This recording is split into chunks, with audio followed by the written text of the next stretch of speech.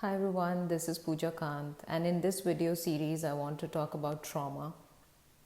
Now trauma is something that is being discussed so much, and I'm really glad that it is being talked about because it's really important to understand what trauma is, how it affects us, what are the short-term and long-term consequences of trauma, what are the different kinds of trauma. So today I'd like to just start by talking about an experiment that was conducted in 1967 by Mayer and Seligman. What they did was they repeatedly exposed dogs who were in cages to shocks and they were not able to escape. And although I don't like this experiment because it was conducted on dogs, but still the experiment helped us understand about learned helplessness. What happened is that the dogs obviously were traumatized because they were not able to escape. There was fear, they were immobile, they were in the cage and they were not able to escape. So even when the doors were opened later on, they did not make an attempt to run away.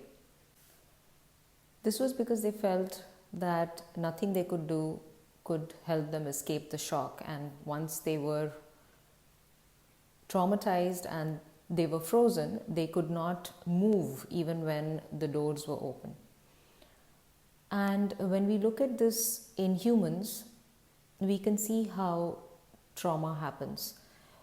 When something traumatizing has happened and it hasn't been resolved, then the body keeps secreting the chemicals that are needed because the body thinks that the threat is still there and it needs to keep fighting it. So all these chemicals keep getting secreted, and that's what has an impact on your body and your mind. And it also leads to all kinds of physical issues because all of that the traumatic stress shows up in your body.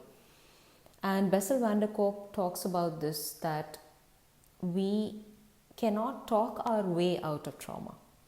Your rational brain, your thinking brain, the frontal cortex, and all of those cognitive faculties cannot help you to come out of trauma. That's not enough. Just talking is not enough. Just talking about trauma is not enough.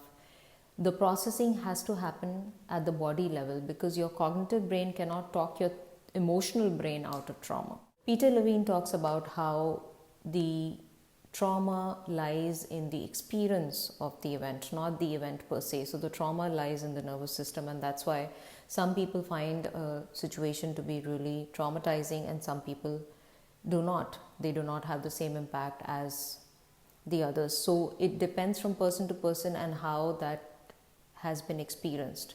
The important ingredients for something to be traumatic is for the experience to be traumatic. These ingredients are: one is fear, that you'll be really afraid for your life. There is a life-threatening situation which could be real or perceived. There is that powerlessness, that helplessness kind of feeling that you cannot escape. There is immobility, you're trapped, you cannot move, you cannot escape, you're frozen, there's no fight or flight happening, you're just rooted to the spot. And it's unexpected, it's sudden, and all of this makes that experience really traumatizing. And we'll be talking more about it in the coming videos.